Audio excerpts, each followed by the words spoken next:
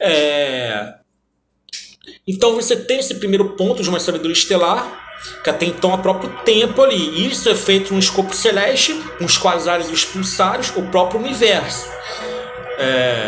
Isso é visto também na Terra, na própria Terra, no seio da Terra. Quando o fruto emerge para a superfície, nós temos uma energia até então de autoafirmação, de iniciativa, de uma energia de lux, que aí então a criação já sai do sol, ela já obtém uma luz, ela já obtém ali uma vontade, ela já obtém ali algo que está querendo até então sobrepujar alguma realidade daquela essência anterior escura e querendo sair para a superfície. Lá para cima, na correspondência, você teria o escuro para o tempo e a estrela para essa luz. Na Terra, você tem a própria Terra para o tempo e ali o surgimento do fruto como essa luz, como esse segundo passo.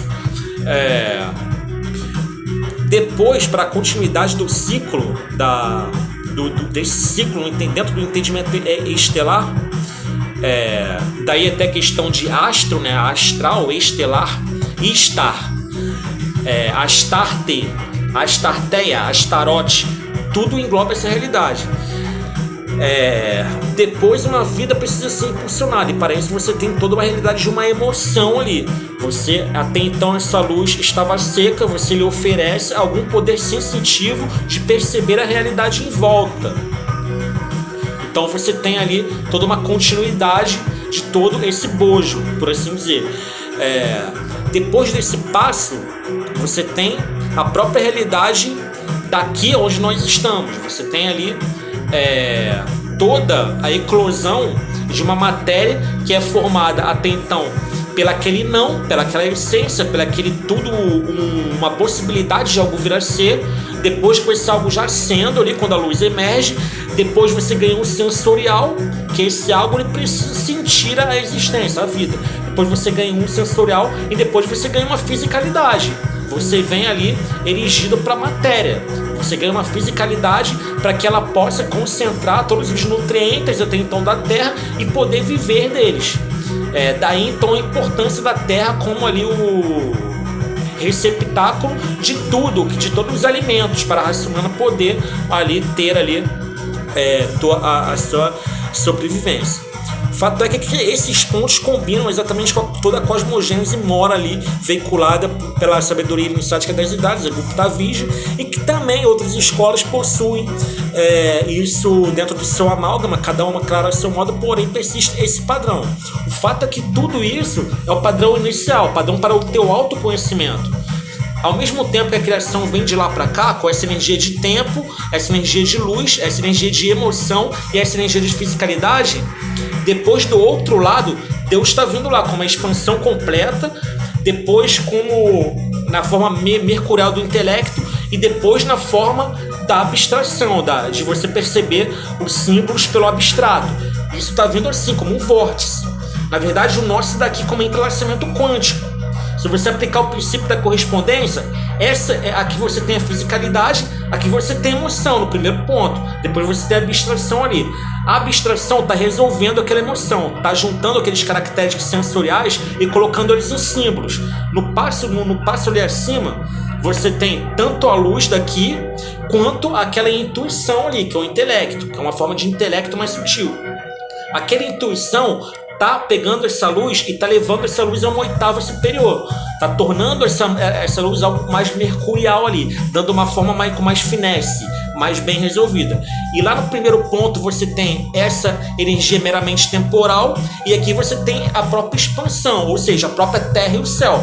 Quando a tônica da Terra é o próprio sentido temporal, espacial em si, sendo ali observado pelos próprios trânsitos da Terra, e suas colheitas, etc., aqui é o próprio céu, aqui é uma energia mais expansiva. Então cada ponto desse resolve o outro. Isso está também no padrão 7. O primeiro passo ali seria mais saturnino, mais temporal. O segundo passo seria mais solar, mais autoafirmativo. O terceiro passo seria mais lunar, de emoção. O quarto passo poderia ser Terra ou Marte, a própria fisicalidade em si. O quinto passo seria mais venusiano, mais abstrato, simbólico. O sexto passo seria mais mercuriano, que era a questão do intelecto ainda mental intuitivo, ele é mais utilizado. E o sétimo passo seria o próprio Júpiter, ou Juno, Zeus, Deus, Jeová, a própria expansão completa, o próprio céu, aquele que controla do céu, chamado de Deus, principalmente nas religiões abraâmicas. Então, todo esse padrão da cosmogênese pelos 7 passos, que nada mais são do que os 7 planetas clássicos da astrologia, isso está em correspondência, claro, a todo o padrão cétuplo de várias outras coisas que carregam consigo toda essa realidade do 7, como os 7 luzeiros, por exemplo, as 7 camadas do átomo, por exemplo, as 7 cores do arco-íris, por exemplo, os 7 chakras, por exemplo, os 7 dias da semana, por exemplo, os 7 também pontos de poder do mundo, os 7 lugares da geografia sagrada.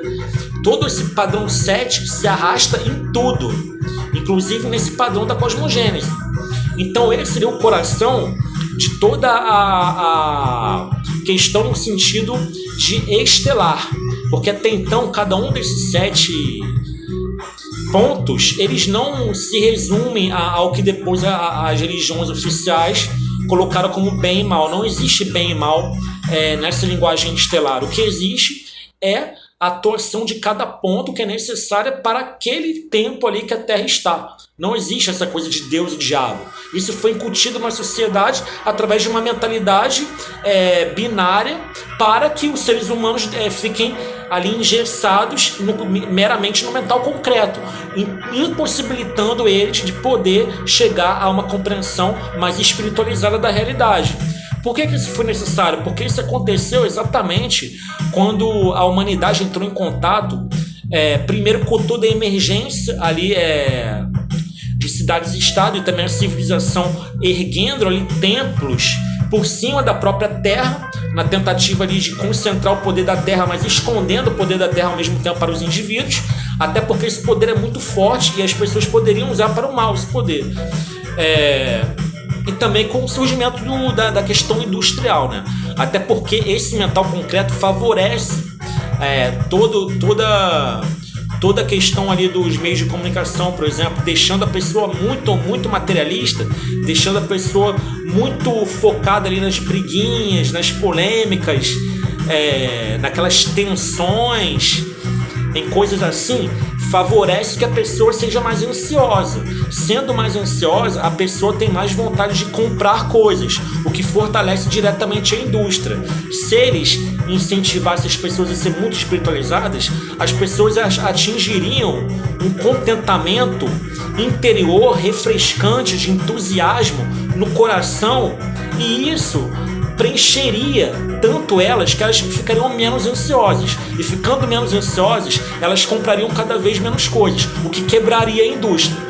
Então isso explica porque o incentivo de uma mente plenamente dualista, do sim e do não, que isso é até um tipo de modelo já defasado, que isso começou lá no... Começou não, você tem monoteísmos bons, como o próprio mitraísmo, por exemplo, mas com essa questão dualista, agora nessa ronda começou ali mais com relação à Pérsia ali, com a dualidade entre Ahura Mazda e Ahriman, né? O bem e o mal. Então isso veio a descambar em uma mentalidade quadrada, em uma viseira de cavalo. A sabedoria estelar, por sua vez, ela convida o indivíduo a perceber a periferia desse processo, a perceber o próprio entorno, tornando aquela visão global um preenchimento mútuo para a sua alma, uma vez que cada ponto estelar desse tem uma faculdade específica, tem uma propriedade específica. Então ele usa a propriedade que ele quer naquele tempo para realizar um processo mágico de acordo com a intenção dele no momento. Claro, o seguidor de tal sabedoria estelar. Agora, isso ficou visto aí na humanidade, distribuído em ordens, ou então em escolas de iniciação diversas na humanidade. Esse conhecimento foi velado principalmente depois do dilúvio atlântico. Ele foi velado, ele passou a andar ali de forma mas como se fosse um substrato de mistério, e por isso ele passou a ser guardado nesses centros. Ele passou a ser guardado para que ele não fosse, como eu falei, de má utilização perante toda a massa coletiva. Porém, de uns tempos para cá, principalmente tendo-se em conta toda a configuração celeste hoje em dia, todo esse ressurgimento, que não passa também de um atavismo, né, por excelência, ele vem sendo revigorado em alguns meios do ciberespaço. Isso agora é o cenário que aí estamos tendo. E esse revigoramento, ele faz jus exatamente para recriar tudo de encontro à Terra novamente, tudo que foi perdido. É mais uma fase necessária para a raça humana, uma fase que ela tem em toda sua característica o diálogo de várias formas diferentes, a morte do fundamentalismo, a morte daquela visão de que tudo é Deus, ou se você não for de Deus, você é do diabo, e se você não aceitar aquele livro, você é do diabo. Essas mentalidades quadradas de religiões oficiais, de Deus contra o diabo, elas realmente já estão muito ultrapassadas, tendo em vista todo ali a configuração celeste no momento. Então isso mostra toda a necessidade de um ressurgimento plenamente magístico, para que toda a humanidade possa recobrar até então alguns valores que ficaram meio que varridos para baixo do tapete no passar de eras e eras. Então há uma oportunidade de poder dialogar com várias formas diferentes de energias, várias formas que realmente ultrapassam ali a barreira da materialidade, e que também nos chamam, nos convidam para que nos autoconhecemos mais. Afinal de contas, cada ponto desse também existe dentro do nosso corpo como vários vórtices, também células, cada uma com a sua potencialidade. Cada uma com sua propriedade específica ali. A junção de todas é o quê? É o Deus primordial. A junção de todas consiste no Deus, nome Deus, dois eus, junção de eus. A junção de todos esses eus, de todos esses pontos, elas ali acarretam então no Deus completo, no Deus primeiro. Então é isso por enquanto, galera.